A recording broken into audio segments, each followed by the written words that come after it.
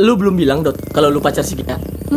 Belum, Bi. Gue belum dibolehin sama mamanya. Kenapa emang kenapa? Katanya jangan terburu-buru, takut pikirannya keganggu. Bukannya justru ngebantu ya buat pemulihan ingatannya? Iya bener. Gue juga mikirnya begitu. Tapi kan kita nggak tahu anjuran dari dokter kayak gimana. Iya juga sih. Ya, paling sabar dulu, nunggu waktu yang tepat dulu. Iya.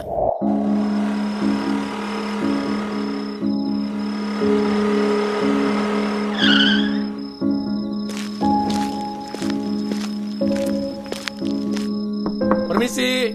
Assalamualaikum. Permisi. Assalamualaikum. Loh, kamu bukannya Jerry ya?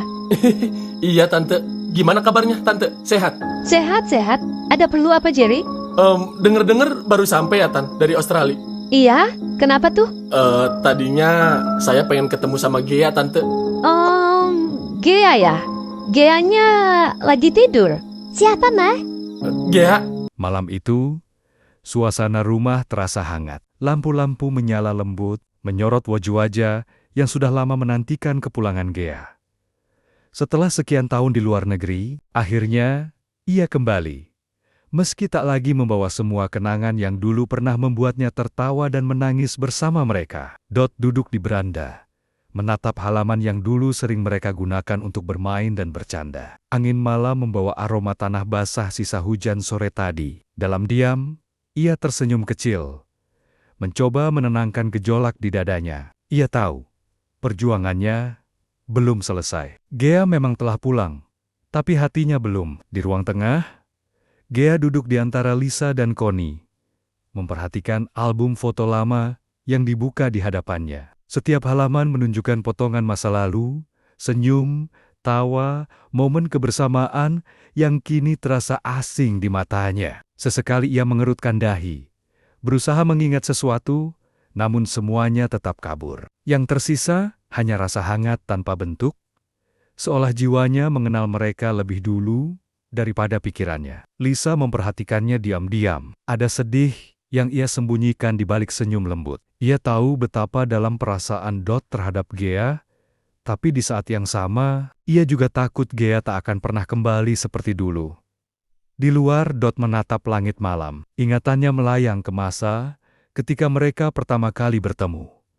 Gea yang ceria, keras kepala, tapi penuh semangat. Ia teringat janji yang pernah ia buat untuk selalu ada, apapun yang terjadi. Kini janji itu kembali diuji, lebih berat dari sebelumnya. Sementara itu, di sudut lain kota, seseorang lain juga memikirkan Gea. Jerry, mantan kekasih yang dulu sempat kehilangan segalanya karena kesalahannya sendiri. Malam itu, ia berdiri di depan pagar rumah Gea, menatap dari kejauhan. Ada sesal yang menekan dadanya, tapi juga tekad yang mulai tumbuh. Ia ingin menebus masa lalu, meski tahu mungkin sudah terlambat. Waktu terus berjalan. Hari-hari di Indonesia terasa cepat bagi Gea.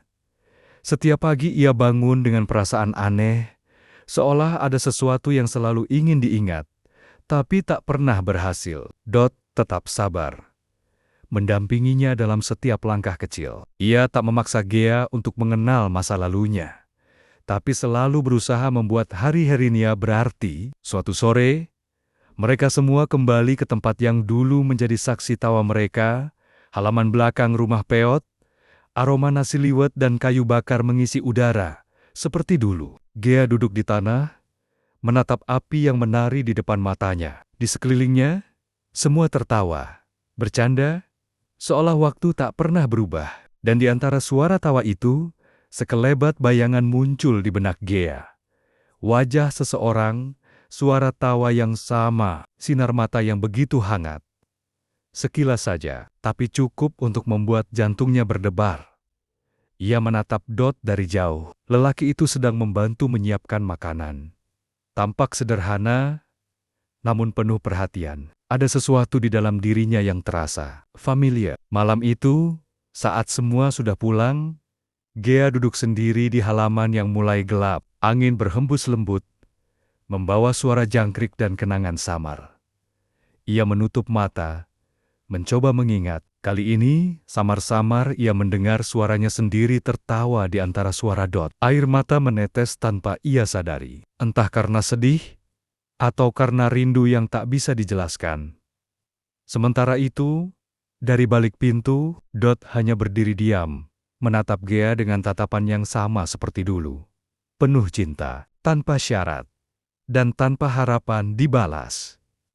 Ia tahu, mungkin butuh waktu lama bagi Gea untuk benar-benar mengenalnya kembali. Tapi bagi Dot, selama ia bisa melihat senyum itu lagi, semua penantian terasa layak, dan malam itu pun berakhir dengan keheningan yang indah. Antara dua jiwa yang pernah bersatu, kini belajar untuk saling menemukan kembali. Perlahan, pagi menjelang dengan lembut. Sinar matahari menembus tirai tipis di kamar Gea, menyentuh wajahnya yang tenang. Ia terbangun perlahan, mengusap matanya, dan menatap langit-langit kamar yang asing, namun menenangkan. Di meja kecil di samping tempat tidurnya, ada secangkir teh hangat dan selembar catatan kecil bertuliskan tulisan tangan yang rapi. Selamat pagi Gea, jangan lupa sarapan, hari ini cuacanya cerah, cocok buat jalan-jalan. Dot. Gea tersenyum kecil tanpa sadar. Ada sesuatu dalam tulisan itu yang terasa akrab. Ia belum sepenuhnya ingat siapa Dot bagi dirinya. Tapi setiap kali melihat atau mendengar namanya, hatinya bereaksi lebih cepat dari pikirannya.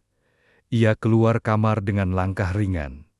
Di dapur, aroma nasi goreng menyambutnya. Dot sedang memasak, dengan hoodie hitam khasnya.